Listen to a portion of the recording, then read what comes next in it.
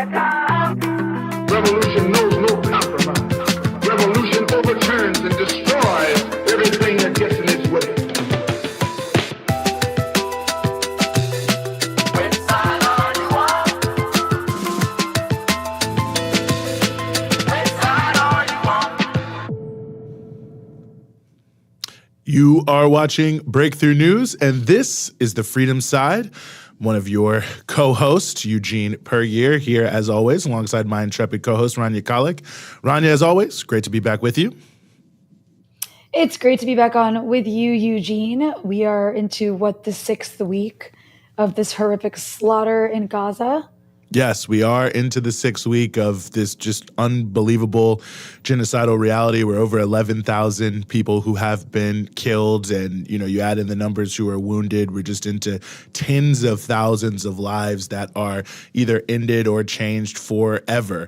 And I've seen different reports on what the percentage is, but something maybe it looks like maybe north of 48, north of even 50% of all dwellings, destroyed. I mean, we could go on, and I'm sure some of our guests that we will have here, Rania, of course, will get more and more into this, but it's obvious that we're continuing to be in a very fraught situation for Palestinians writ large, of course, but especially in the Gaza Strip, although things are getting worse and worse in the West Bank as well. So a lot for us to discuss here on the show, from obviously Palestine itself to many of the different repercussions around the region. So great opportunity to just remind you, if you're watching here, to hit the subscribe button and also hit the bell so you can get the alerts, because we, of course, will be continuing to cover this from every angle we can and from all the different points of view that we think are the most relevant for you to know. So we put in a lot of great content like Dispatches with Rania Khalek, where there's a lot of great things, but I'll also mention recently you were able to interview Craig Mokhiber, who many people may have seen was the UN Human Rights Council official who resigned due to the lack of action on the UN on what he called a textbook case of genocide. So many, many great things that are out there from Rania, but that one I wanted to mention, especially given the prominence of the story. But Rania, anything else you would like to remind our listeners of? Or you're muted. Of course I'm muted. I'm just, why not? Why not throw that in? I do want to remind all of our viewers that if you do appreciate Breakthrough News and all of our programming here, please consider becoming a member of Breakthrough News. You can do that by going to patreon.com/Breakthrough News and becoming a patron, where you can access exclusive content, including the full episodes of my show Dispatches, as well as some very cool merch, such as this mug that I'm very excited to have, though I did hear today that we got new mugs, which Eugene is holding up, and they're black, and I don't have one. So unfortunately, capitalism works quite well on me, and if there's something I don't have, I have to have it. So anyway, maybe I need to become a patron so I can get one of those black mugs. Yes. But I do encourage people to become patrons if you are able to. I think this is one of those crucial moments in history when the necessity and the importance of independent media is more clear than ever, as we witness a complete whitewash, and you could say cover-up, of Israel's most horrific crimes in Gaza, which we're going to be speaking about. One more thing I'll add is, please do make sure that you like the show. It does help us in the algorithm, and definitely subscribe if you already haven't. Yes, no, absolutely. Or if you already have. I can't.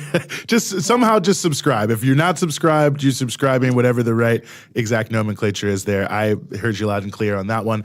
Well, we want to just get right into the show that we have for you here today, and we want to talk more about the conditions for political prisoners in Palestine, which is an issue that we certainly feel is not being discussed enough. And we are very, very honored to be joined here for this conversation by Basil Faraj, who's an assistant professor at the Department of Philosophy and Cultural Studies at Birzeit University, which is in Palestine.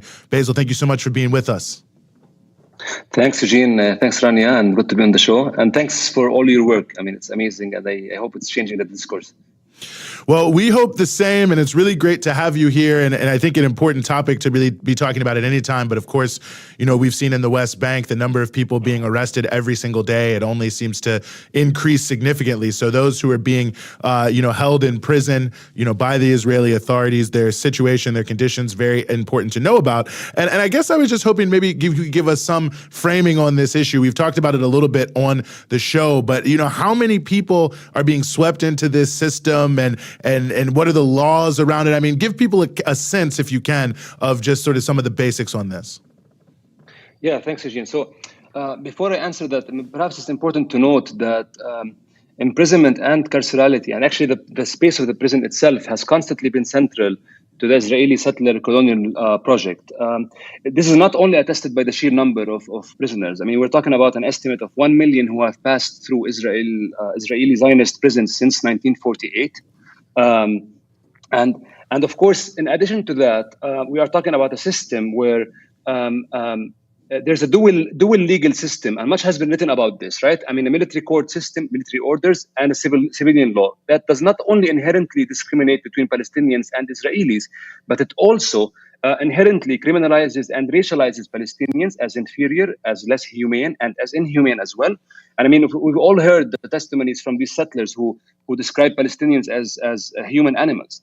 Now, of course, the logic also extends to the ways in which Palestinian prisoners are treated. I mean, this is also before October 7th, before this resistance operation, where Palestinians were tortured, violated, their rights were negated. They were not able to visit their families, speak to them, communicate with them. And of course, I think this also illuminates the broader settler colonial logic under which this entity functions, where Palestinians are racialized, they're discriminated against, they're also inferior.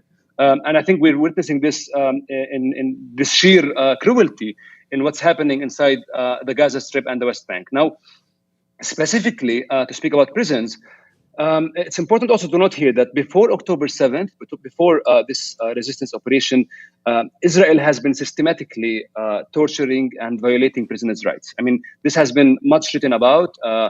Torture practices that are akin to the ways in which I think many of your audience would remember photos from Abu Ghraib and Guantanamo, and even the US-backed dictatorships in Latin America. So there's a history to that practice. But now, since October 7th, Israel has engaged in a brutal campaign. First of all, it's a revenge campaign against what they have witnessed on October 7th, but also it's a campaign to withdraw all of Palestinian prisoners' rights that actually they were not granted simply by the Israeli prison authorities. They were rights secured through decades of struggle, through hunger strikes, through disobedience, through military court boycotts, and other forms of practices that include also writing and doing works of art and other things. Now, since October 7th, just to give the audience kind of a view of what's happening. Since October 7th until now, the Israeli, or what's referred to as the Israel Prison Service and the Israeli army, the settler colonial army, has arrested at least 2,700 Palestinians, including over 30 journalists, 85 Palestinian women. We are talking about 150 children who were arrested just in a period over a month. We are talking about also 45 university students, and in fact, actually, this number we can add to it also hundreds of Palestinians who are arrested from Jerusalem, from the 1948 areas, in addition to actually an unknown number of Palestinians from the Gaza Strip who were present in the 1948 areas before this resistance operation, and who were sent to actually military detention camps that we have described as literally akin to Abu Ghraib and Guantanamo. Now, this is in addition, of course, Eugene, to an unknown number of Palestinians who are actually being arrested now in the Gaza Strip. We do not know what their condition is. We do not know what's happening to them, nor do we know if they are unfortunately alive or not. Now, if I may also, I think I should also allude to their current condition now inside prisons. So please. This escalation, of course, as I have mentioned, it amounts to kind of a doubling of the numbers of prisoners since before October 7th. We're talking about a near number of 10,000 Palestinian prisoners. But inside prisons, and here I note that this is not new. But what Israel is doing is an amplification of its violent, genocidal war, not only in the Gaza Strip and the West Bank and 1948 and Jerusalem, but also inside prisons. My father is a long-term political prisoner. He's been held for the past 4 years in Ofer prison. Myself and my family, as other Palestinian families of prisoners, I have not heard from him since October 7th. Now, this is not the end of the story. On October 7th, what's referred to as the Israel Prison Service, aided by the settler colonial army, invaded all of the prison wards. They confiscated all of prisoners' properties. So I'm talking about, of course, properties. I mean, it's very simple properties, right? Their pens, their pencils, their letters from their families, their photos, their books. My father is an avid reader. He has no books at this stage. They confiscated everything. They also cut electricity and water in the cells, which is also a mirroring of what's happening in the Gaza Strip, right? Since the beginning of the blockade, since over the past 17 years. They also engaged in a deliberate and systematic starvation campaign. I've heard testimonies, Eugene and Rania, of prisoners who tell us through their lawyers that they are not, basically they're not fed. The food comes simply for a few number of prisoners. The food is also in very bad condition as well. It's not cooked, actually. So it's a deliberate starvation campaign. The Israeli prison service also locked all prison cells. The prisoners cannot leave their wards. Some of the prisoners actually have to stay 24/7 inside their cell, with only some wards are allowed to leave a bare minimum of 15 minutes. We've heard that many of the prisoners now are facing serious medical conditions because of they're basically total isolation from the world. The Israel Prison Service as well has denied family visitations. They have cut down all communication with the prisoners. The ICRC actually, in a very show of this of how this genocidal regime works, it continues to deny the ICRC visitations to prisons, even to the ones to these concentration camps where Gazan prisoners are held, where we do not know anything about their condition. And I must point to a very important fact here, that in addition to all of this, which is basically entirely isolating prisoners from their natural environment and actually from each other, and sending some prisoners to isolation, but the Israeli settler colonial army has also embarked on a brutal campaign of violating prisoners, of torturing them inside detention cells, not only during raids, arrest raids, but also during inspections and daily raids. This has led to the death of at least, and I say at least because we do not have information, at least 5 Palestinian prisoners. The most recent prisoner was killed basically this week. And actually, Israel, this settler colonial regime, this entity, it continues to hold their bodies hostages. It holds the bodies of those prisoners who are killed alongside a number of other Palestinians. And here, if I may, this is important to note, because Israel deliberately, since 1960s, has been engaging in a deliberate policy of withholding Palestinian bodies, dead bodies, hostages. We are talking about over 252 bodies held from 1967 until 2015, and then another 154 from 2015 until now, who are held in freezers. The previous stage, so from 1967 until 2000, they are held in cemeteries of numbers, so on undisclosed military locations. No one knows where they are. They are denying their families the right to bury them. So we are talking about an entire, it's a system of carcerality that not only controls the livelihoods of Palestinians, but also the dead Palestinians. We have had at least 16 Palestinians being killed inside prisons, and the Israeli authorities deny to release their bodies to their families for a proper burial.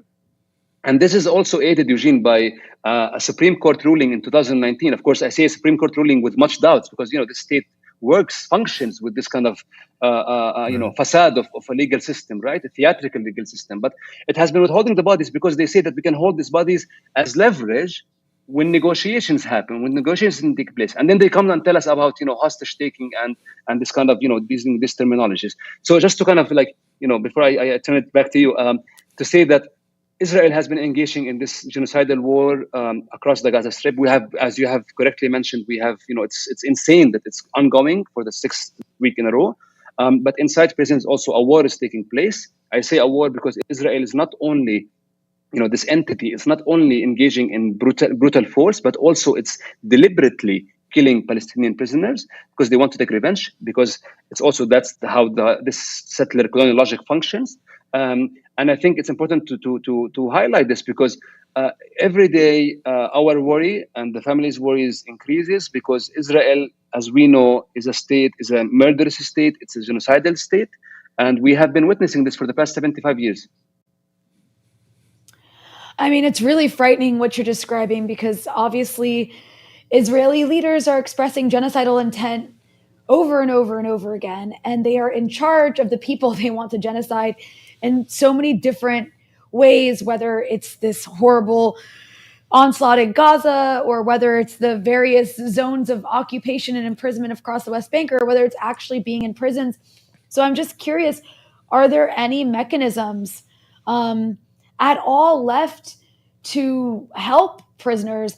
I mean, maybe that's a futile question at this point, but in terms of like legal aid, is there any measure of protection whatsoever? Rania, if I may, before I answer the question, I just to kind of highlight, because your question, I think this ties to your question. I've heard testimonies of liberated prisoners recently who say that the smell of prisons is the smell of blood, and they have seen blood on the transport in the prisoners' transport vehicles, which means that prisoners are being brutalized, beaten, tortured, and even killed. So legal mechanisms. I think the ICRC, and here it's important to note that Israel is not allowing. And when I say Israel, I mean the settler colonial entity, right? It's not so. This entity has been deliberately denying the ICRC.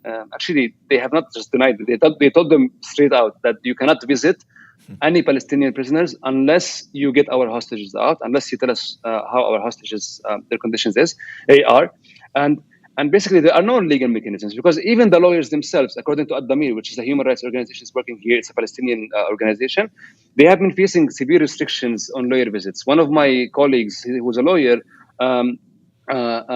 she went to visit and she was returned. They actually let her enter after the security inspections, they let her enter to the prison wards or the prison visitation room, and then they immediately sent her back. So they had never been actually legal protections for Palestinian prisoners because we have long been saying that these conditions are akin to Abu Ghraib, they are akin to Guantanamo, and I think the world is seeing now how Israel is not only teaching the United States their brutal tactics, but actually the US is also aiding in these brutal practices. So we can understand this connection between Guantanamo and the Israeli prisons. But I think there are no illegal mechanisms, Rania, because this is a genocidal state. It has, unless the world rises up now, which I think it's taking place, nothing will change. But there might be some way for the listeners to do some action, which I think it might do some pressure, which is to write to the ICRC delegations in your countries to tell them that this is inappropriate, that you have to do your mandate. I mean, why are you present in across historic Palestine if you are not able, if they deny you your mandate, basically. They are denying you the mandate of visiting Palestinian prisoners, of allowing visitations. And I'm not speaking as a family, I'm speaking because of the history that we carry on our shoulders, which is a history of 75 years of genocide, but also a history of resistance. And I think, Rania, just a short way of answering your question is that even prisoners themselves at certain stage, they understood that there are no legal mechanisms, and they fought. They went hunger strikes, civil disobedience inside prisons. They went on, collective disobedience campaigns to force their rights. One of the prisoners died this year, Khadra Adnan, who was on hunger strike. No one moved. I remember the IRA's, 10 dead prisoners from Northern Ireland. How the world kind of moved in their direction, and there are now resistance fighters, right? So I think one of the ways to change this is to change the discourse. Those people, Israel continuously denies the label political prisoner. They refer to them as security prisoners. They are not. These are political prisoners. There are children as well who are just caught in prison because of waving a flag or chanting. I think prisons are a reflection of what's taking place, because honestly, what has been happening for the past 75 years is that all of us have been living in this open air prison, and all of us are potential prisoners at a certain stage in this reality. Well, Basil Faraj, we really appreciate the opportunity to have you on to talk some about this. We're definitely going to have you back. There's a lot to dig into here, but just want to thank you so much for giving us some of your time here on the Freedom Side. Thanks for both of you. Thank you very much. Rania? Well, Eugene, it's just like in every different layer of this system of control that Israel has set up to like dominate and ultimately erase Palestinians, it's at every turn, it's like there's no mechanism to fight back at all in a peaceful way. I'll just put it that way. Like, I'm not sure what you're supposed to do in that situation.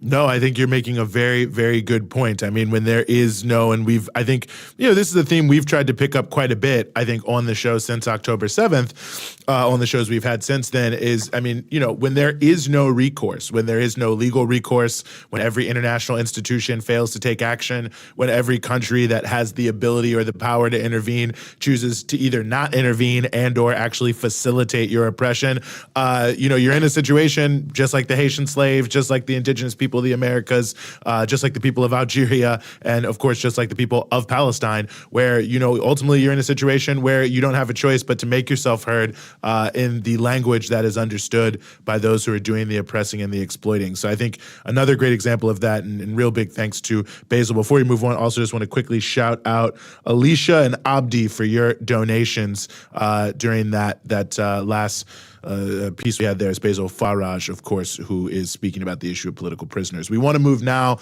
to the region, if you were, especially some of how this is affecting Jordan. And we are very, very honored to be joined by Tamara Nasser here, who is the associate editor of The Essential Electronic Intifada. Tamara, thank you so much for being with us. Thank you so much for having me.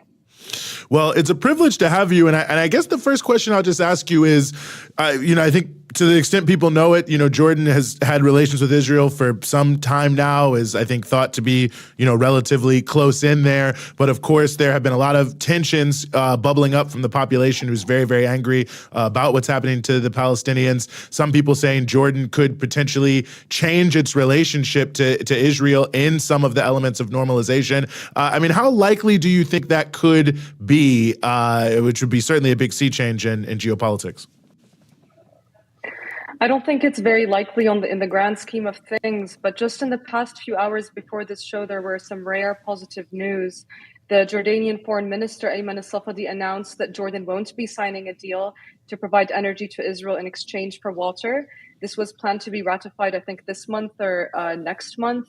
But Jordan and Israel and the United Arab Emirates signed a memorandum for this deal 2 years ago, I believe. And this deal proposed that Israel will give Jordan excess water in exchange for Jordan supplying Israel with solar-generated energy. The protests in Jordan have been relentless. People have been on the streets since day one. Jordan's close political, economic, and military ties with Washington, the main enabler of Israel's genocide in Gaza, has definitely not rubbed off on the population. The Jordanian population staunchly and overwhelmingly supports the Palestinians. You hear chants of these protests that support the Palestinian war of liberation. There is staunch and unrelenting support for the Palestinian armed resistance, a sentiment that's, of course, not shared or expressed by Jordanian decision makers. This move to cancel this deal between Israel and Jordan, which, of course, the United Arab Emirates is also a party, and from day one only appeared to be more of a political effort to have Jordan firmly join the Abraham Accords, the series of normalization agreements that were signed between Jordan and Israel, rather than really providing the touted clean water and water benefits to either side. This was always supposed to be a political win for Israel, and Israel would have been the only winner out of this deal. So I think the cancellation of this deal is extremely welcome. people were not really expecting for a material change to actually happen. Of course, we saw the publicity stunt for both the Zionist enemy and Jordan when the Jordanian aid drop in Gaza was coordinated and happened in the Jordanian Field Hospital on the Gaza Strip earlier this month. But I do want to credit these protests, these relentless protests, which have been a thorn in Jordan's side. They've been happening almost daily. On Fridays, they're absolutely out of control. They're massive protests. Thousands of people show up, and the Jordanian police consistently try to suppress them. They are trying to make them, people usually gather spontaneously. Of course, some of these protests are organized by recognized political parties, but now there's this move to try to make every protest coordinated by the police. Despite the considerable impression of these protests, despite the tear gas, despite the rampant arrests of protesters, people have been relentless and demanding nothing short of the cancellation of the Wadi Araba agreement, the agreement that was signed between Israel and Jordan in 1994 that officially normalized relations between the two countries. I mean, it is really inspiring to see, and we can get a bit more into the sort of feeling in Jordan, but I wanted to address, you have heard a lot of rhetoric from the Jordanian government, from various officials, including the king, including Queen Rania, making statements we're not usually used to seeing from them that are quite harsh. Lots of condemnations. I believe there was more condemnations today as the Israelis seem to have hit a Jordanian field hospital that was operating in Gaza. And so I raised that just to note an article that you actually worked on at the Electronic Intifada about how, well, according to reports, Jordan has been basically permitting the U.S. to station additional military forces on its soil throughout Israel's genocide in Gaza. And I'm curious, how do we square that harsh rhetoric and perhaps some of these things that are happening, such as the cancellation of this agreement, or at least pausing this agreement between electricity and water, with the fact that Jordan is hosting the U.S. military as it basically comes to the region in full force to back up Israel so that nobody can obstruct its genocide. That's right. I mean, Jordan, of course, has strongly condemned Israel's genocide in Gaza. Diplomats have been instrumental in pushing the UN General Assembly resolution that called for a ceasefire. We've all seen the Queen Rania appearance on CNN. But generally, this is just rhetoric, as you said. Jordan seems to be permitting the United States to station military forces on its soil as part of its buildup in the region, leading up to Israel's land invasion. What happened is that there were all of these reports in Israeli media about heavy lift planes that took off from supply centers in the U.S. and Europe and landed in the Jordanian airbase, Al-Muwaffaq Salti airbase. This came also at a time when the Wall Street Journal had reported that Jordan was one of 6 countries where the Patriot missile was being sent as part of Biden's buildup in the region. Also, the U.S. Air Force announced that there were going to be U.S. Aircraft that are going to be arriving at an area of responsibility, and open source intelligence trackers were able to determine that these airplanes had indeed landed in the Muwaffaq airbase in Jordan.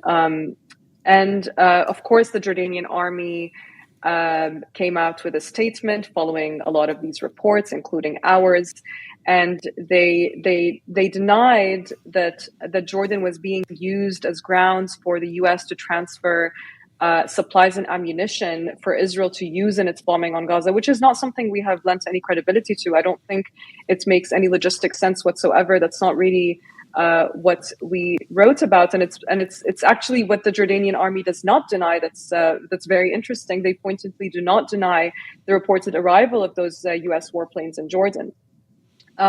So generally, it just seems that Amman really cannot take more than cosmetic action against Israel without irking the United States, its main patron. Jordan's actions generally cannot be sufficient to satisfy parliamentary opposition to normalization between the two countries. Doing so would really require substantial measures, which includes this cancellation of the energy for water deal, but also Jordan needs to go a step further and cancel the Israel-Jordan gas deal. It needs to go a step further and cancel the Wadi Araba agreement. But ultimately, Jordan really remains an integral component of U.S. hegemony in the region. It shares Israel's longest border. It's one of the two only countries for many decades, including Egypt, to have had formal diplomatic relations with Israel before the series of signings through the Abraham Accords in 2020. Yes. No, I think that's, do we lose time? Oh, we have you there. I think it's, critically important context in many different things. And I think it's notable sort of what people are saying versus what they're doing is always important. And, I would assume wanting to have a little difference between what you're saying and what you're doing is, you're worried about your own population and how they would react to, some level of or greater levels of complicity with the Israeli actions. So I guess, maybe for the layperson, perhaps you would look on a map and you see that Jordan and Palestine are close to each other. But I mean, I really feel that so much of what we've seen from the protests there, some of them have been just so massive. It's like something I've never seen before in many different places. Are there particularistic elements that are lending itself to this intense climate of solidarity with Palestine there in Jordan? I mean, the vast majority of Jordan's population are descendants of Palestinian refugees, even if they're not officially recognized as refugees by UNRWA, the UN Agency for Refugees. The vast majority of Jordan's population are Palestinians, and this solidarity is natural. I mean, it's not Jordan is so close. When you're in Jordan, you feel just so close to this happening, just right there, and feeling completely incapable, completely helpless in trying to pressure the government to do something substantial other than pushing for humanitarian aid. I mean, the calls for the ceasefire are very welcome and very important, but there is just so much more to be done, and there is just this feeling of helplessness, as given that Jordan remains a client state of the United States.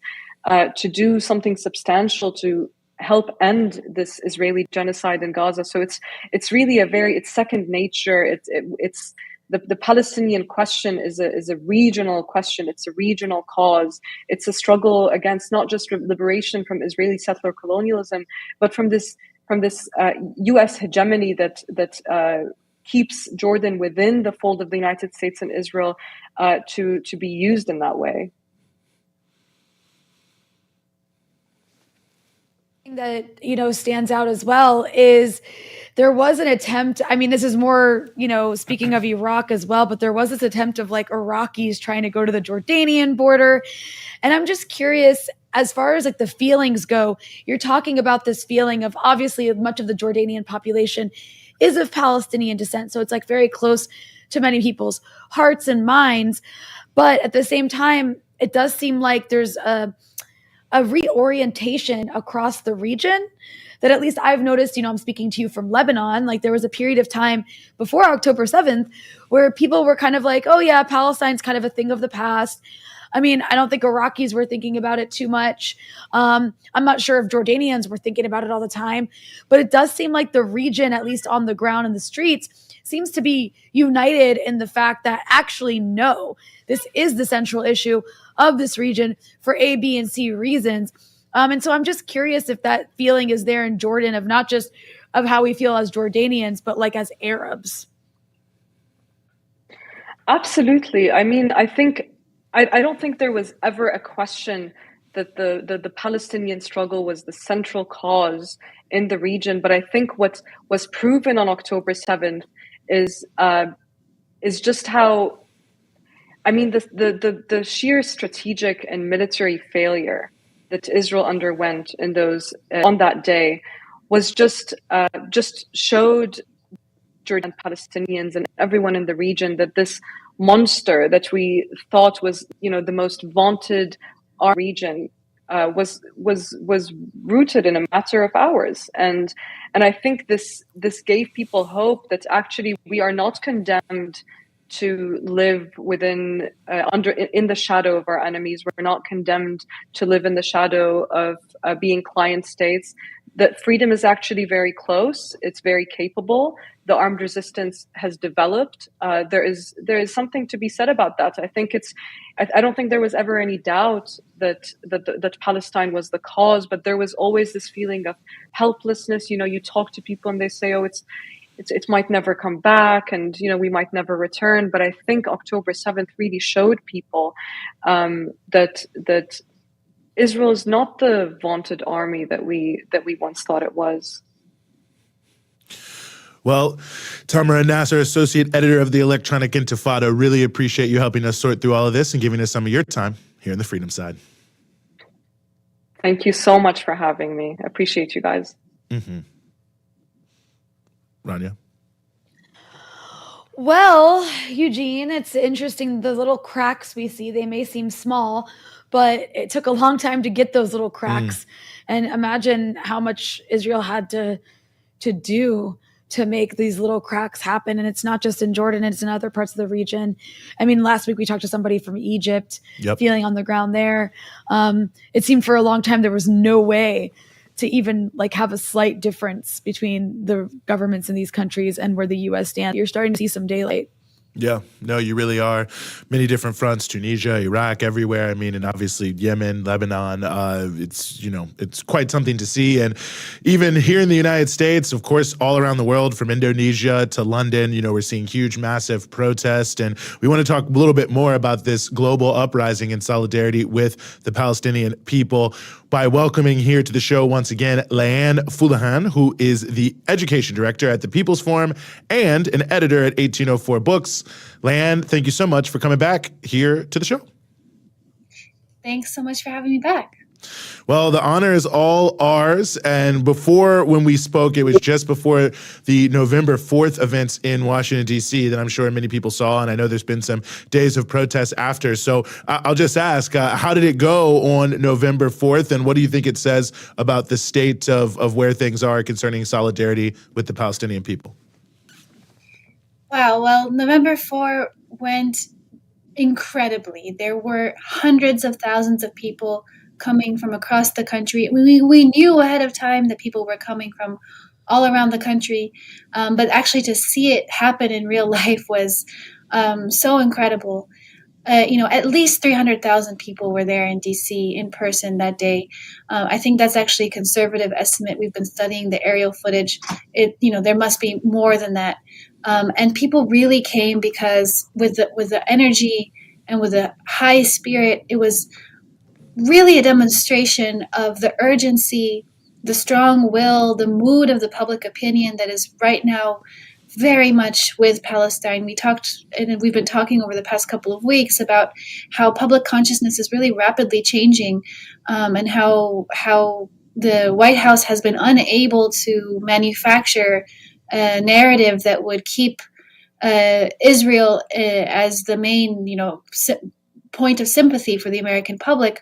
And we saw in Washington, D.C., this was an organic movement. These were grassroots organizations that made the call, and people came in the hundreds of thousands. People came on flights. There were talk of flights that were full of people who were coming to the protest. It was really unprecedented, and I think really marked a shift in not only in consciousness, but in the strength of the movement for Palestine against U.S.-backed war, and it's marking a new era in American politics.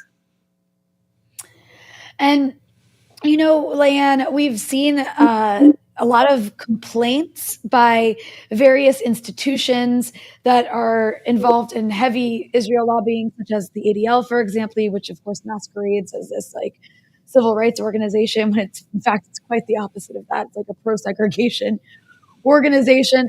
But the reason I raise it is to say that there's been this big concern about, this generational divide that's taking place, and the fact that, we're it's not even left and right anymore. we're like losing younger people. You see it among them. You see it among Republicans in Congress that want to shut down TikTok because they say that Free Palestine is trending significantly more than I stand with Israel, which speaks also to something very generational. And then, of course, polls show it as well. And I'm curious if that is what is reflected with what you see in the streets. I mean, I'm not there with you guys, but I do see these videos. Of course, it's people of all ages, but there does seem to be, you know, from the polls you see to what you see on the ground, there does seem to be this overwhelming shift among younger people when it comes to being active around the issue of a free Palestine, especially this time around. And I'm curious if you can speak a bit to that about as somebody who's organizing and is on the ground during these massive rallies. Oh, absolutely. I mean, there's the demographic of people that's out is really impressive. It is a lot of the younger generation. I mean, it's a very multi-generational group at every single mobilization that I've been to. But what has marked this moment is, like you say, the participation of the young generation and from all backgrounds. People in the young generation have witnessed crisis after crisis, have been born in an era of war and haven't known a time when the United States was not at war at some point, whether it's a proxy war or whether it's an ongoing war, whether it's a hidden war or an open war. And they've had enough, and they're very clear about it. Actually, last week on November 9, which was the first call for a global shutdown for Palestine in New York City, over 100 high schools walked out, and the streets were full of young, high school, even younger sometimes aged children and youth who were out of their own accord. They were making their own political statement. No one was telling them this is what you need to do. People were actually, they organized their peers, they organized fellow students and classmates, and they went out, and not only did they participate, they led chants, they spoke, they clearly expressed how they are not okay with this being carried out in their name. They want to change the future direction of this country, of the foreign policy that the U.S. is carrying out, and they want to have a participation in this, and they recognize that as their right, and they're outside exercising that. Well, I think that's, a critical point, because I think one of the key aspects of, what people are wondering is the possibility of will this continue? Will there continue to be a wave of protest here in the United States? I mean, of course, around the world. But I'm curious your thoughts about that, Leanne, in terms of both what's planned and, whether or not it seems that there is momentum to carry this forward. There's definitely momentum. I mean, there hasn't been a day where there haven't been massive mobilizations, and the tactics are also changing. We are seeing disruptions, expressions of solidarity. We're seeing people disrupt businesses or offices that have a hand in moving the money from this country to the hands of the Zionists in Israel, who are carrying out this genocide in real time. There's a diversifying methods of building the movement, of expressing the political will of the people, and there's an exponential growth, I would say, in the level of participation because of that diversification. So we had November 9, which was the first call to shut it down for Palestine. This is a diffuse call for people to take action wherever they are, to take initiative, to have the courage to organize in their own context. I think that November 4 expressed the fact that the people have confidence. It helped give confidence to those who maybe haven't experienced being part of a collective movement that's so strong before. It really repudiated the fear tactics and the attempts at repression that had been imposed from all levels of the U.S. government, state governments, capitalist media.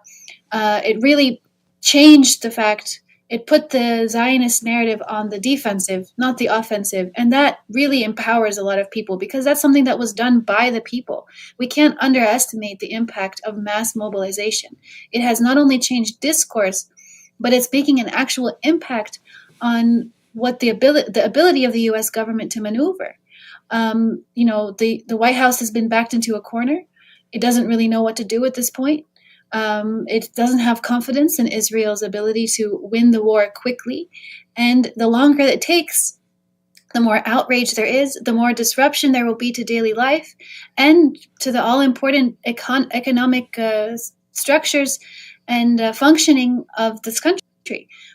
9 was a first call to shut it down, but there had been mobilizations and actions before and after every single day. We are building again for tomorrow another call to shut it down for Palestine, which will be even bigger. It is international. On November 9, we counted over 600 actions, but that's only what we could count. I'm sure there was at least double, if not more, because of our inability to actually count everything, because people are acting of their own accord and in their own ways. November 17 will be even bigger. We're mobilizing now even more sectors of society. We've made a call for small and local businesses to close their doors for at least some hours, if not the full day, on November 17. This is a tactic that's reminiscent of the general strikes that have been called throughout the history of Palestinian popular resistance. And it's happened across the world in other contexts as well. And it's very organically being able to happen here again in the United States. There's going to be actions again at offices, more mobilizations. We saw today shutdown of a major bridge in the Bay Area, very impressive from organizers out in the Bay Area. So the momentum is really growing. And I don't see it letting up anytime soon. I think that people are gaining the experience to see that when we're organized, when we take action, the inevitability of U.S. imperialism and of the Zionist occupation comes into question. Just like the previous guest was saying, I think the spirit right now is recognizing that we do have the possibility to make change and to demand a change in direction, and that these structures, these realities, this genocide is not something that we're going to accept, and we do have a role in making sure that it ends. It's not just a symbolic gesture; it is having an actual concrete impact. Mm-hmm. And I think that's really beautiful. I just really quickly wondering, Leanne, if you could, and this is not to discourage anyone, but there is obviously a backlash, as there always is, against any mass mobilization of people against something as serious and huge as U.S. imperialism. And so I'm just curious, what is some of that backlash? What does it look like? And how is it being countered? Sure. I mean, always there's backlash. And I think sometimes it's nice to take a look at the backlash and see it as proof of the efficacy of this and the strength of the movement. In fact, we've seen plenty of backlash since the beginning, since even before October 7. Like you said, there's many, there's many lobby groups and institutions that really push to demonize and repress the anti-Zionist movement. That's something that has been something that everyone who has been struggling for the end to the occupation, for a free Palestine, have experienced with. But in this period, it definitely increased. We saw the pro-Israel, pro-genocide march that happened in Washington, D.C. on Tuesday. It seemed like somewhat of an attempt to try to counter the success of the National March for a Free Palestine on November 4. Really didn't even come close. In fact, they had to pay people to come attend the march. So, it's showing the weakness, I think, of the pro-genocide voices and forces, in particular in this country.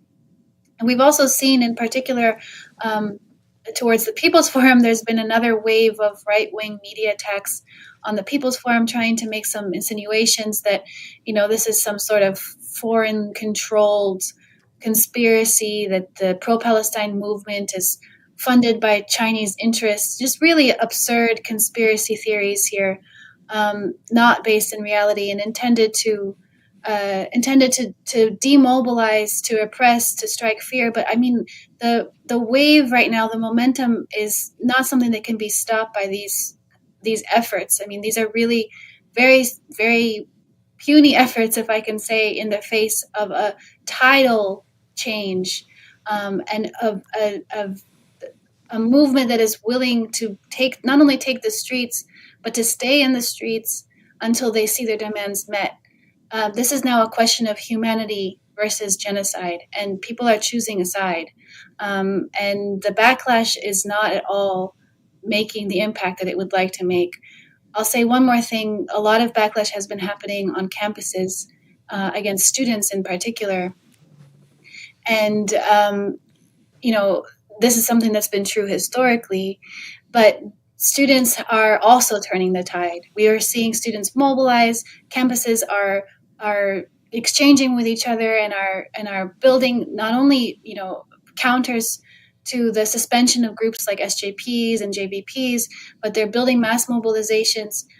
They're refusing and they're continuing their activities on campus, making sure that they maintain their right to freedom of speech and expression of solidarity with Palestine. And so really, I think the momentum is with the pro-Palestine forces right now and not with the opposition, the pro-genocide opposition. Well, Leanne, before we let you go, since, this is an educational program and we like to keep our listeners informed, for those who are wondering more about, this tide, where it's going and how they can perhaps be carried along with it, is there somewhere you suggest they look to learn more? Yes, definitely go to shutitdownforpalestine.org. That's shut it down for the number, not FOR, for Palestine.org. You can see there people are registering actions from around the world there. You can download some toolkits for organizing different sectors of society.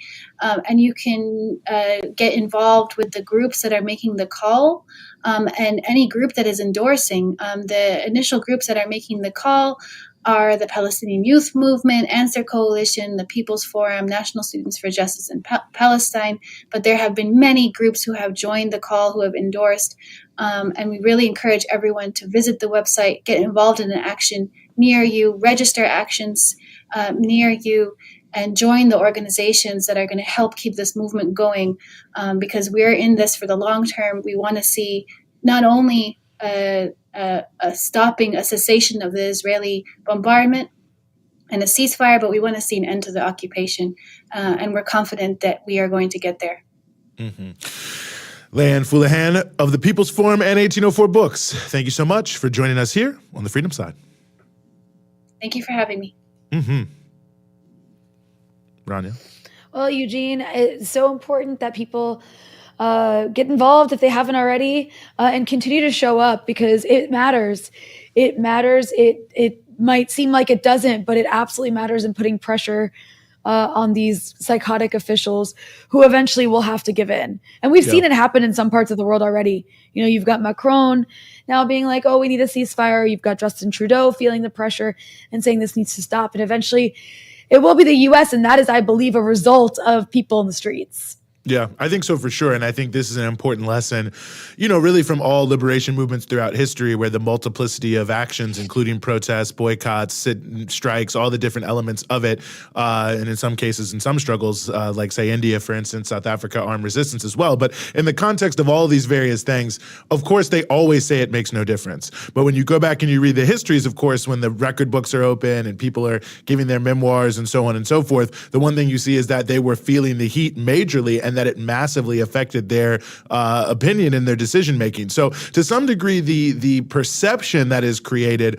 by the authorities that they are not affected by any criticism of them is just a front that they put up to make sure that people don't take action. It's actually designed to demobilize you in many different ways. But we already know from this conflict in particular that there has already been discussion behind closed doors that has leaked out into the press that they are very concerned about what is happening in the U.S., in the U.K., and other places. And they're obviously making changes, in their rhetoric and different things like that to try to appease those who are out in the streets. But, speaking of that issue of opposition and how it's growing in pretty much all sectors of society here in the United States, we want to turn to the issue of the U.S. labor movement in solidarity with Palestine. And we are very, very honored to be joined here for this conversation by Nasrin Mohiit, who is the organizing director of the News Guild here in New York and also a member of U.S. Labor Against Racism and War. Nasrin, thank you so much for joining us here on the show. Thanks so much for having me. Well, it's really an honor to have you. And as I was mentioning, we're seeing so much happen in so many different sectors all around the country in solidarity with Palestine. Talk to us a little bit about what we've seen so far in the U.S. labor movement. Sure.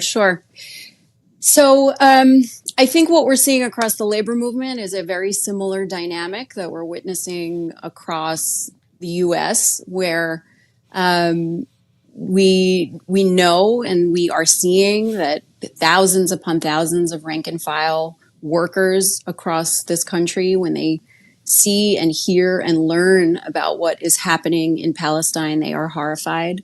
And they are seeing, whether they're following the mainstream media or not, they are seeing on social media the brutality of what is happening, and they are seeing thousands of people come to the streets. And there is certainly a shifting climate across our labor spaces, not only in the form of resolution after resolution calling for a ceasefire, but really just a much deeper conversation about the state of Israel and what Zionism is, and what the occupation of Palestine actually means.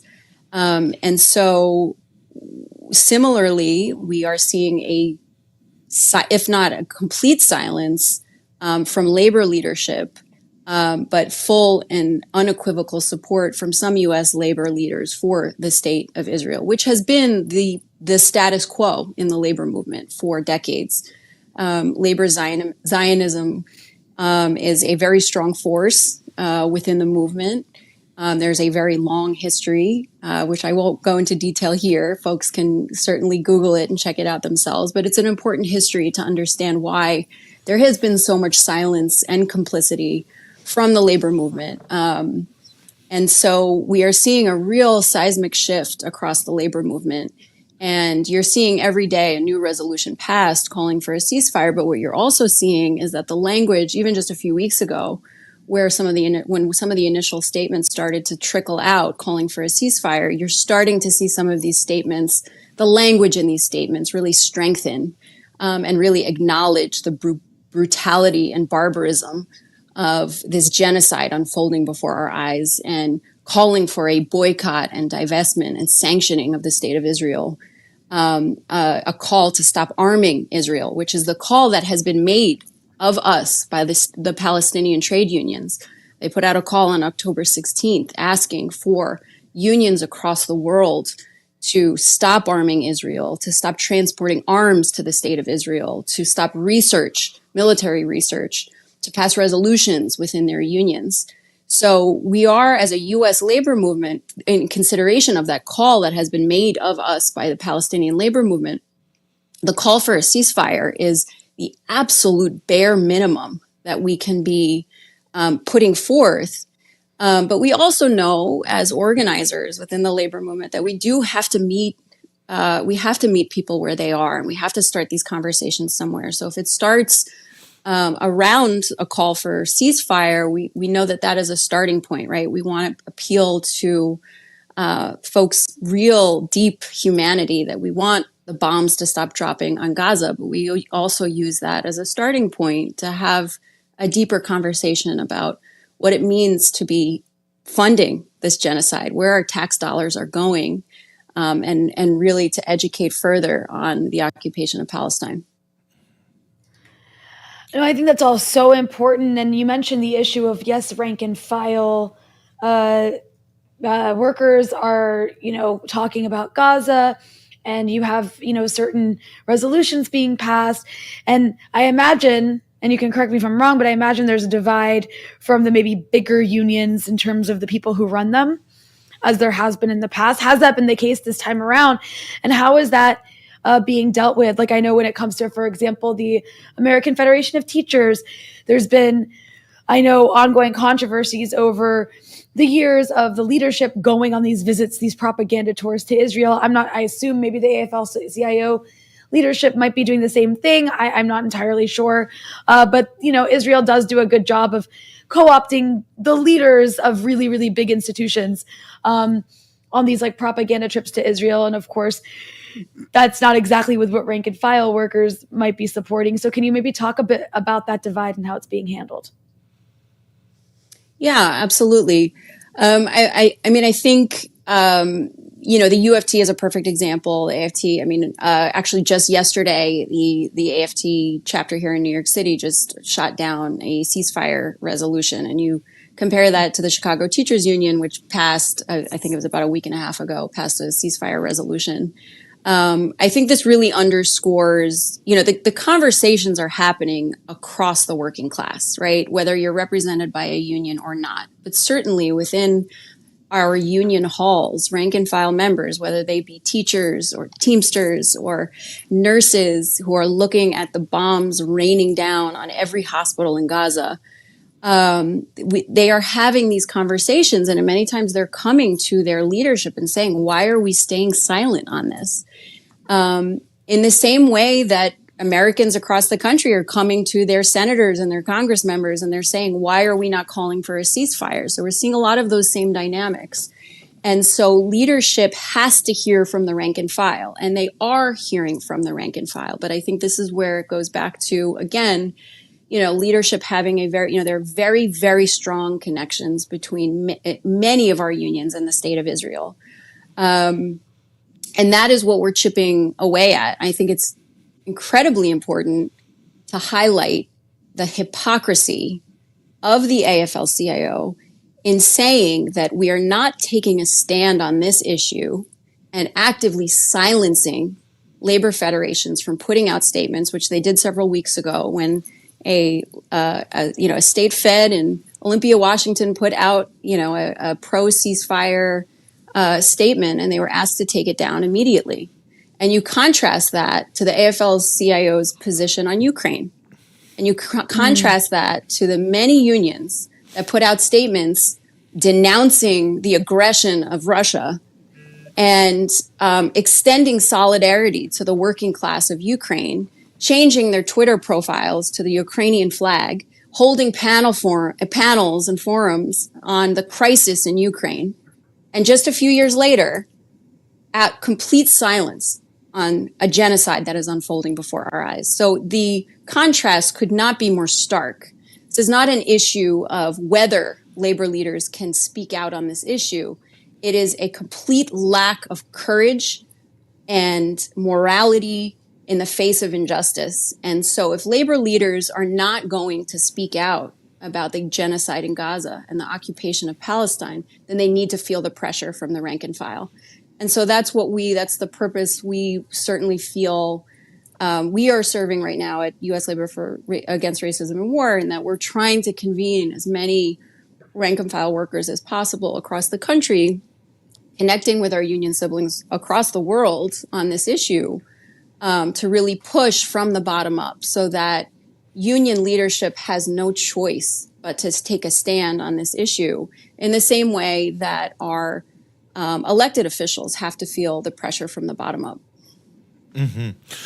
Well, one other issue I want to touch here that, I just am thinking about in this conversation is especially speaking about people speaking out is, in some ways the importance of being organized on the job. I mean, I think that when we look at issues like this, major controversies and crises, this is something that people fear, right? Like if I say something, this could happen to me or that could happen to me in terms of my employment, in terms of other things. And I was hoping you could speak to that aspect of it as well, because it also makes me think about the importance of unions in general in protecting our actual rights to be able to say what we feel in these kind of moments.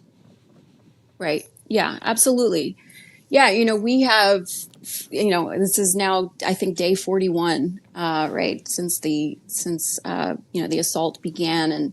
And what we've seen over the last few weeks, as I'm sure many of you have heard, has been, the only comparable, I think, scenario was post 9/11 in terms of the climate, the McCarthyite environment we are all witnessing, where there has been a suppression of voices, a silencing of voices, the targeted harassment, doxing, and retaliation against people in their workplaces. So we have heard from doctors, nurses, academic workers, journalists across so many industries and so many workplaces, where simply liking a post on social media has led to termination. Simply calling for a ceasefire has led to termination. So certainly within this context, union representation is critical, just for workers to know their rights, and to know, just even to be able to call in a union steward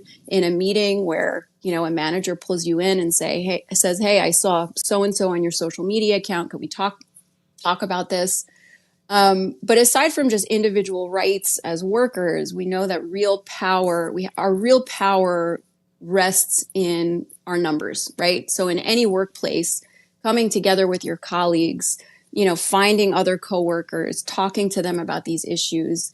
A lot of working people want to say something about this, but they feel alone and isolated. And that's really our job as organizers, is to find other people in our workplace and say, do you see what is happening in Gaza? We're paying for that with our tax dollars.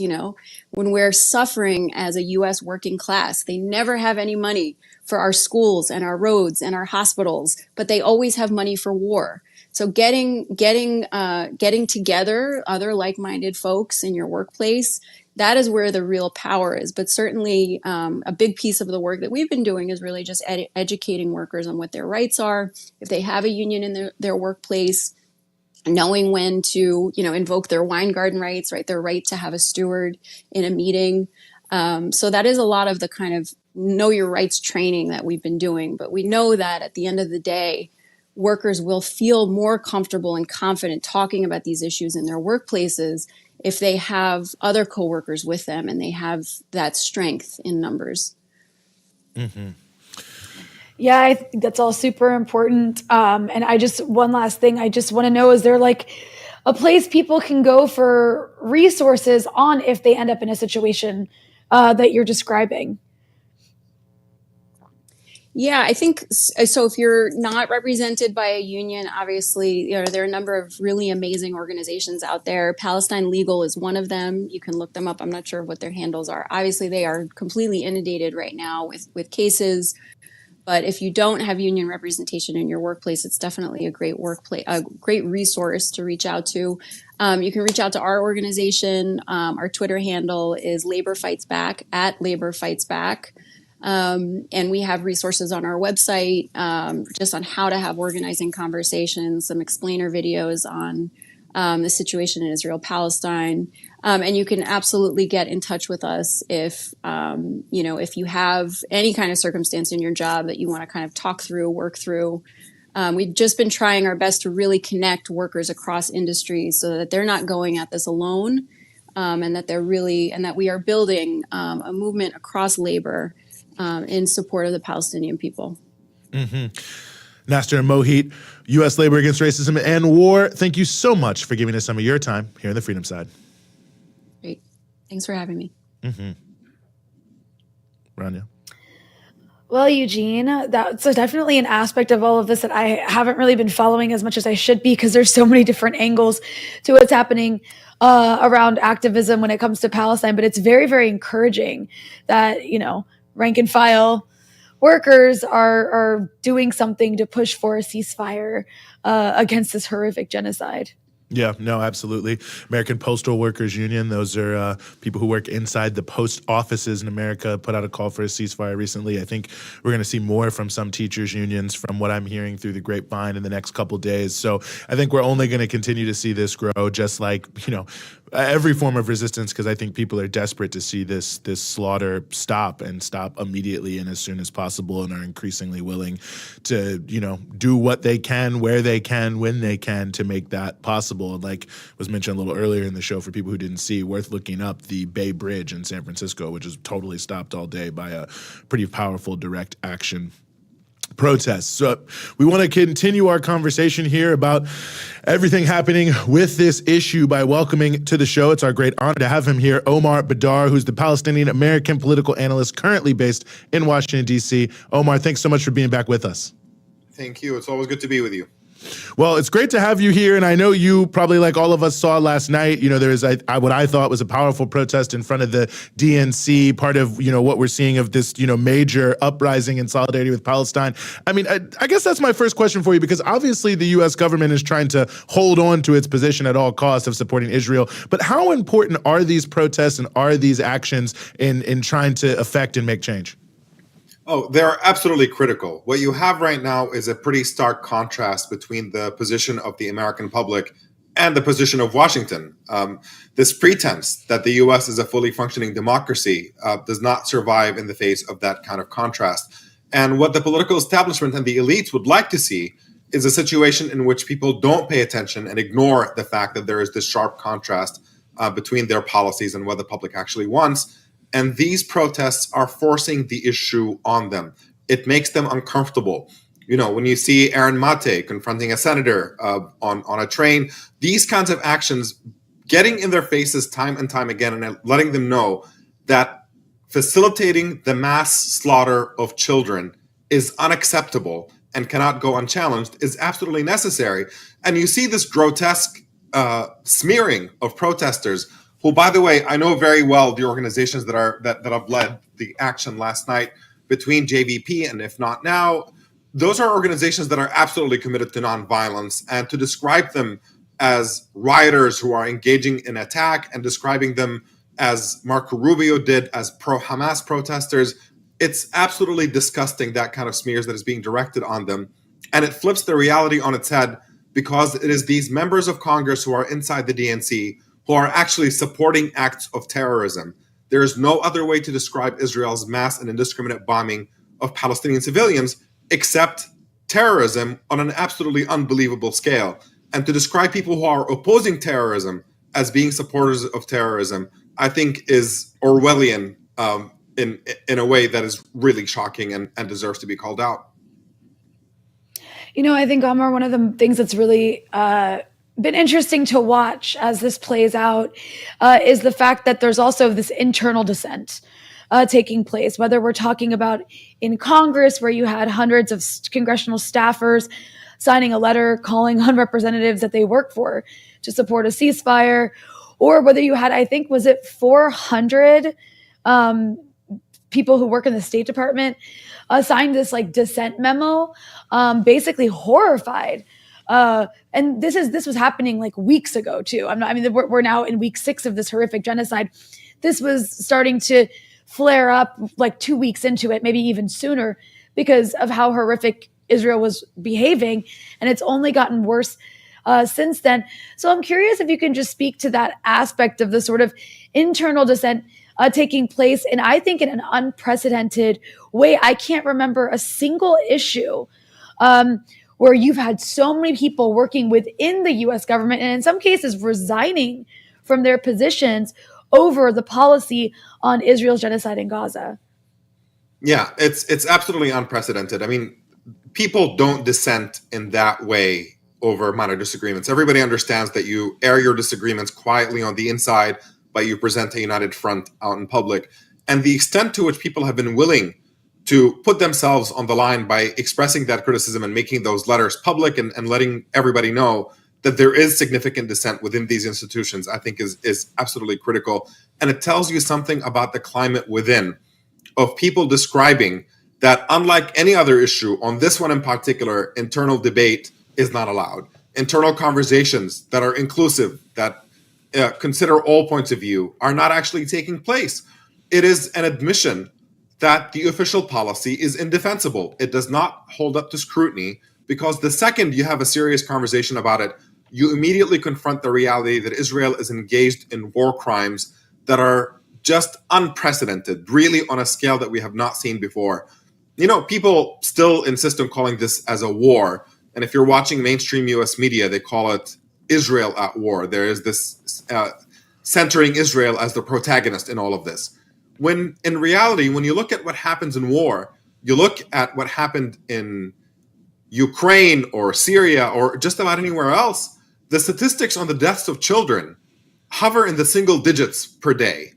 And what we're witnessing in Gaza right now is a killing of an average of 136 children per day. It's more than 100 times the rate of killing children that happens in an ordinary conflict. This is not a conflict. This is mass slaughter, and this is genocidal violence. That is what is unfolding. And that is why you're seeing this kind of resistance and dissent of people having a deep understanding that this cannot go on in our name and with American money, and with people occupying these positions in these institutions, representing an administration that everybody came into thinking we've saved the world from Trump and the disaster that Trump could have been, and all of this, and then watching this unfold. Support for this kind of violence is exactly what we thought we were saving the world from, and finding ourselves in this situation has been utterly horrifying and disgusting for many people. And it really makes, it is absolute common sense and completely predictable that people are feeling this urge to speak up in the way that they have. Mm-hmm. Yeah, I mean, it almost feels surreal sometimes to even believe this is happening. And one element of that as well is just the nature of these various claims by the Israelis, the way they make them to sort of smear Palestinians in so many different ways. And I guess the question I have for you is almost how to react to this, because, you know, obviously it's become so cartoonish in so many ways, at least from my perspective. Some of the, you know, we found Mein Kampf and this, that, and the third. But I mean, it also feels that it's deeply sinister in the way it plays out, but it's easy to become, you know, almost, I don't want to say desensitized to it, but it's so cartoonish. You think, well, this is so crazy. Who could ever believe this? But I mean, the fact that they keep repeating it, it seems like it's serving a purpose. So, I mean, I just, maybe, I don't know where the question is there, but wonder just what you think about that aspect of this. Yeah, look, I mean, there's two things here, right? People who are well educated on this do recognize that this is completely cartoonish and ridiculous. Half the stuff that they've come up with, some of the graphic details and all kinds of stuff, it doesn't pass the smell test. But yet, you have a mainstream American media in this country that is more than happy to swallow hook, line, and sinker everything the Israeli government tells them. There is almost inherent credibility to anything the Israeli government says. And anything Palestinians say about what is happening to them comes with a caveat. Well, that's what the Palestinians are claiming. So can you really?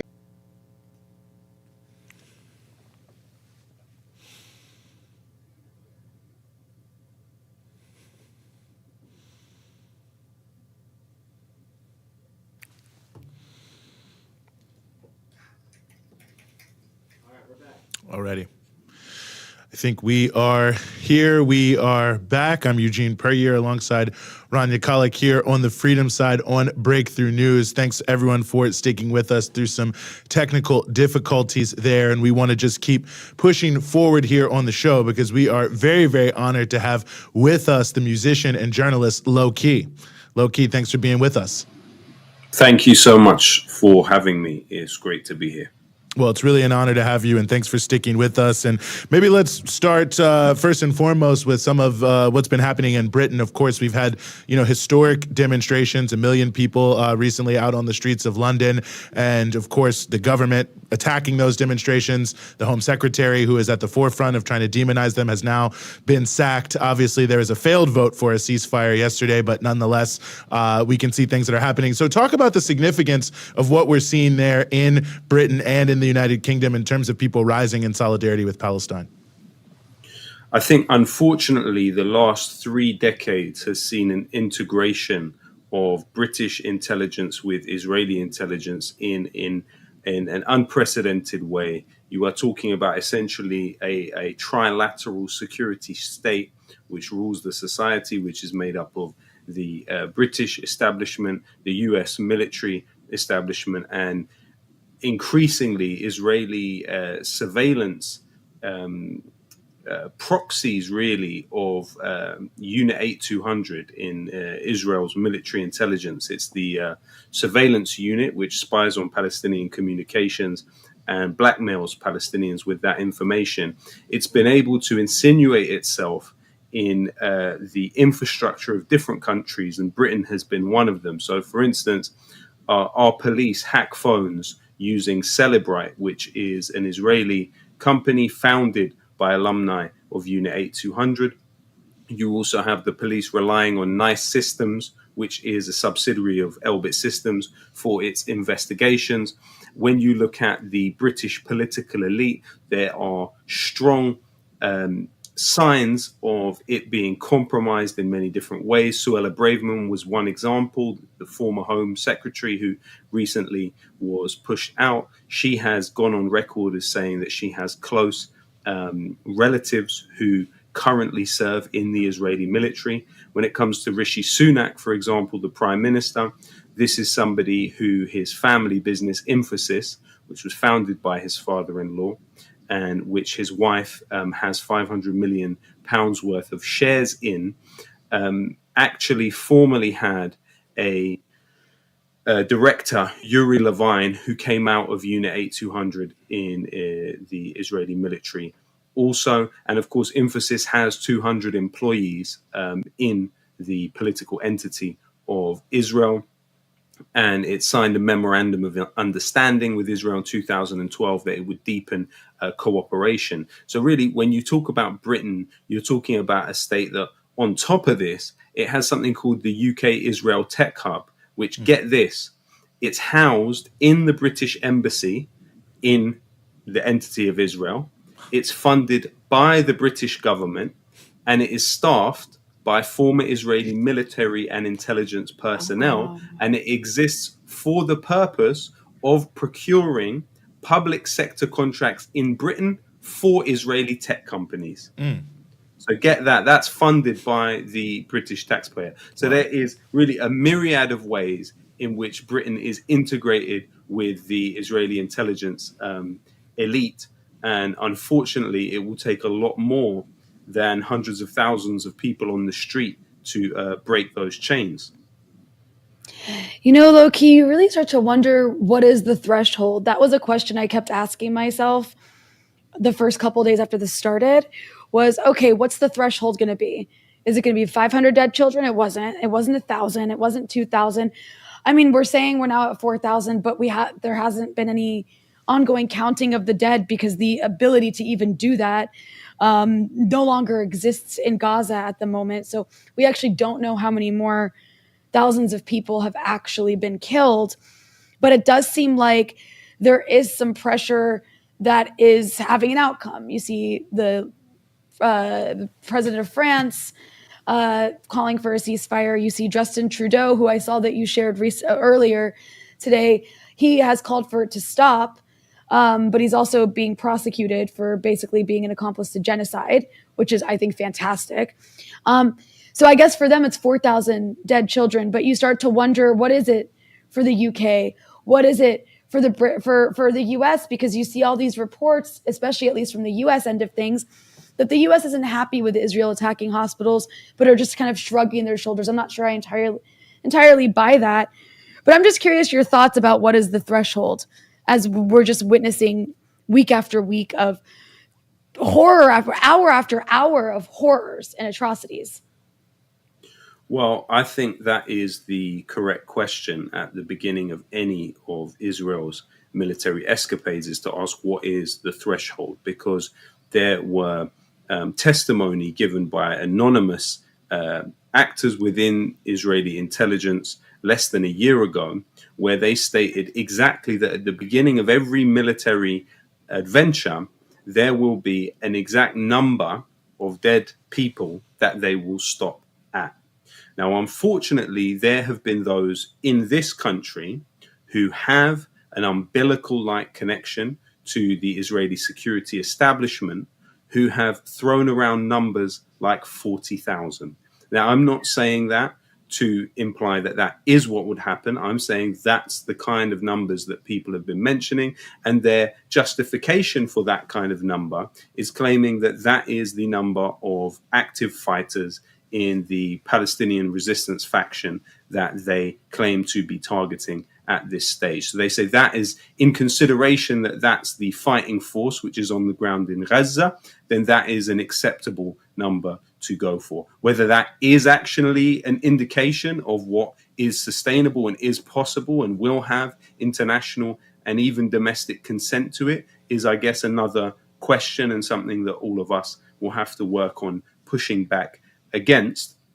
But I do think with the Zionist movement, as it is a maximalist and fantastical movement, it seeks aims which seem to be far beyond its means.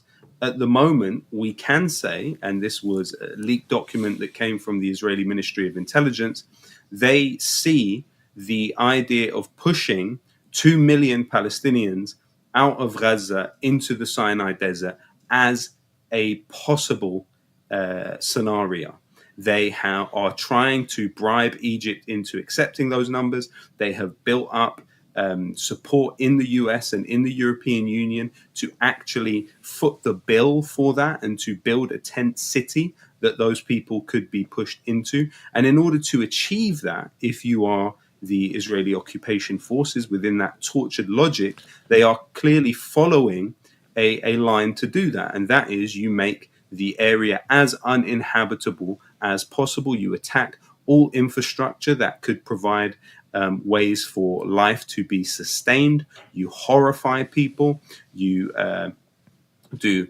It's like It's like the way that you could compel people to move out of a place. Israel is doing absolutely everything that would fit the bill for that. So while it seems massively unrealistic, and in a hand-to-hand sense, on the street-to-street urban warfare sense, Israel is getting battered.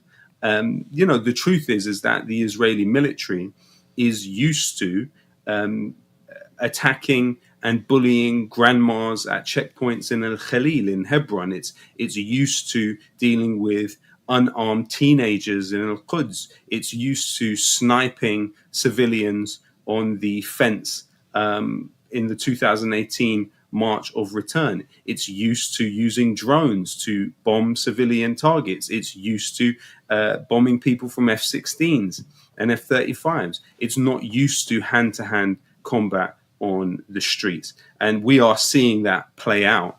But this is horrific, truly horrific, what Israel has exacted upon these people. One element of this, of course, is the information war, the battle of ideas, the propaganda war that's being waged. And, here in the United States, there are a lot of, I think, progressive-leaning people who often look at, specifically BBC and The Guardian as being, more neutral, offering different views, being a place to look if you want to get outside the U.S. media bubble, which, of course, is 100% pro-Israel. So, I wonder if you could... if you think that's true or where it is, because I do think that's a lot of people, here on this side of things, when they're thinking, how do I get another view? Those are two sources they go to. And on this issue, I wonder if that's a little bit of a fraught hope. The truth is that Israel has launched a campaign to not only infiltrate, but manipulate many of the channels which we receive our information from. You have examples at the BBC of somebody who was an IDF spokesman actually working as a producer at the BBC, simultaneous to having that job. You have the example of Mark Berg, who was a director of some of the BBC's flagship shows, go from working in that position to go and work at BICOM, Israel's largest lobby group in this country. He worked at BICOM for a few years and then went back to the BBC. You have that revolving door. But also, and this is another aspect of the story which I don't think is focused on enough, it was revealed that Proofpoint was responsible. It's a cybersecurity company. It was responsible for filtering the emails of both the Washington Post and CNN several years back during the Trump years. Now, what I found is that Proofpoint has in the last decade subsumed and absorbed 3 different organizations that were set up by veterans of Israeli military intelligence unit 8200, meaning that you have, for instance, the head of human resource at Proofpoint, and this is the company that filters the emails of Washington Post and CNN journalists, came directly from the Israeli Prime Minister's office. So we're now seeing organizations that actually, and one of them, the particular organization that was subsumed by Proofpoint, it has attended invitation-only conferences held by the Israeli Ministry of Intelligence. So what we're talking about are former Israeli intelligence people being involved in the filtering of the emails for some of the largest and most important news corporations and companies in the world. On top of that, you have a myriad of ways in which the Israeli embassy is able to apply pressure to news organizations. And hence you see some of these ridiculous passive voice headlines. You see, for example, the Associated Press consistently have backed up Israel's claims of the for example, in the 2022 case where they were fighting Jihad al-Islami in Gaza. It was obviously a far smaller campaign. There was a case of 4 or 5 Palestinian children visiting their grandparents' grave in a cemetery and Israel bombed them, killing them. Now, not only did the Associated Press come out and back up the Israeli army's claim that it had been a misfired rocket from the Palestinian side, and then that later turned out to be false, but I found out the 3 journalists that wrote this article for the Associated Press also published their work with the Times of Israel and had a history of working for the Times of Israel. Times of Israel, of course, run by David Horowitz, not the David Horowitz in the US, a different David Horowitz, former Israeli soldier, owned by Seth Klarman, who funds the Democrats, who funds illegal Israeli settlements, and who funds various Islamophobic think tanks and pro-Israeli think tanks. And then they did the same thing this year with Al Ahli Hospital. You had a piece come out in the Associated Press, and the writers that wrote the piece also published their work with the Times of Israel. So there's very many ways in which Israel is able to have that sort of hegemony of information, but in a way social media has broken through it to some extent, and the power of the images that people are seeing are moving them on an emotional level to try and push back against some of this dominance. So in a way, it's harder than it was before for Israel to have control and monopoly on the narrative. You know, Lowkey, you've been active on this issue for, I think, your entire career. You've been very outspoken on Palestine. And I'm just curious, having witnessed the response to one brutal massacre in Gaza after another over the last couple of decades, do you think this is a turning point? And I guess what I mean by that is in terms of public opinion, I mean, what you just described, right, is this well-organized attempt to really consolidate control over the way the media reports on this issue. And it's been really, really successful for as long as Israel's existed, really. It's only gotten more successful until recently, where it's not working anymore. And maybe a part of that social media, I think a part of it might also be how bad the propaganda is, especially in recent days with these absurd videos by Israeli army spokespeople. I'm sure you've seen them. Just, Hamas is in this diaper and Hamas is in this baby bottle. And here's a calendar with every day of the week, Hamas. And people are just laughing at them. But do you think this is a turning point in terms of world opinion, particularly in the West? Well, we are seeing Zionism, which is a top-heavy movement, which has always failed at winning hearts and minds, becoming less and less of a sustainable status quo. In order for you to maintain this unnatural social arrangement, you need fascistic cruelty on an industrial scale. And that violence is only going to get more and more pronounced and fascistic as time goes on. One of the manifestations of what you're talking about, which is that loss of international consent, is the Palestine Action Movement, which across the last 3 years in Britain has been relentlessly shutting down the arms sites of Elbit Systems, which is Israel's largest arms manufacturer. And Palestine Action has succeeded in closing down permanently 2 sites of this arms company in Britain, even at the same time that the political sphere was more controlled by Israel than ever. Even in the constituency of the most pro-Israel leader that the Labour Party has ever had, Keir Starmer, even in his own constituency, the headquarters for Elbit Systems, which supplies 85% of the drones that the Israeli military use, this head office was shut down permanently by Palestine Action. Even in a community like Oldham, this factory had a subsidiary of Elbit Systems there, which was shut down thanks to the local community spreading information about what was going on inside the factory, going door to door and telling people about this company, and also setting up stalls in the local town center.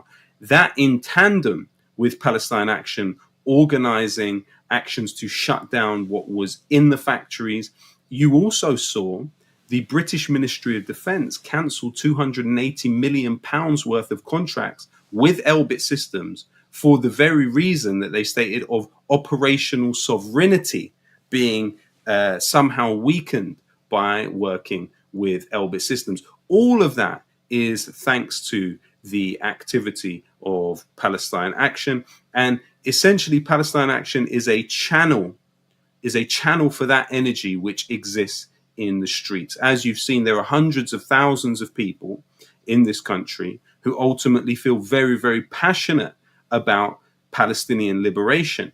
However, they have been afflicted by a liberal misleadership which has viewed some comfortable choices for the establishment as a panacea. They have been told that, well, if you do this slightly inconveniencing thing for the government, then surely it will just lead to Palestinian liberation. And unfortunately, I think it also comes down to understanding that the means through which the Palestinians are able to defend themselves, and has been the case for at least the last 20 years, runs not only through Palestine, but through the south of Lebanon, but through Syria, but through Yemen, but through Iraq, and through Iran. This is a living, breathing machine which is resisting Israel and the United States across the region. And moreover, I think it's important to emphasize, while Palestinian armed resistance is designated as terrorism in Britain, in the United States, in the European Union, and in Japan, the rest of humanity are represented by governments that do not designate Palestinian armed resistance in the same way. Not only do you have UN Resolution 3246, which says any people that are exposed to foreign occupation have the right to resist through many means, including armed resistance.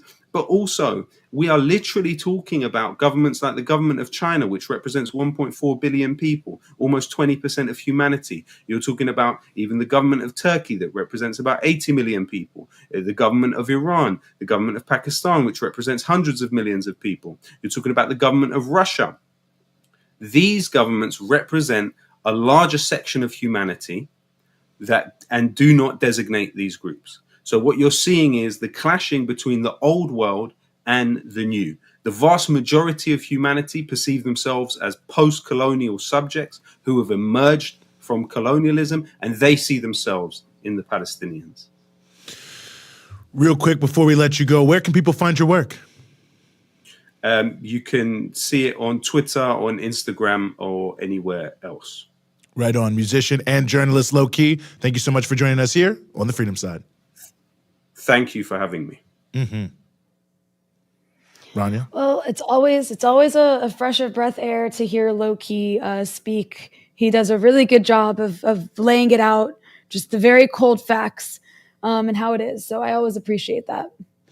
Indeed, for sure. And we appreciate all the guests, everyone who was able to join today, everyone who donated, everyone who stuck with us through some technical difficulties.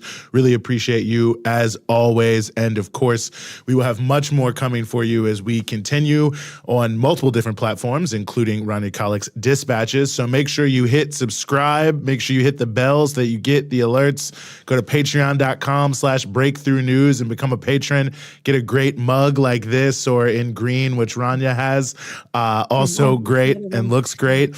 But nonetheless, really appreciate everyone who has helped keep us going so far and everyone who's willing to give anything to make it work. So for our whole Breakthrough News team here on the Freedom Side, we will see you next time.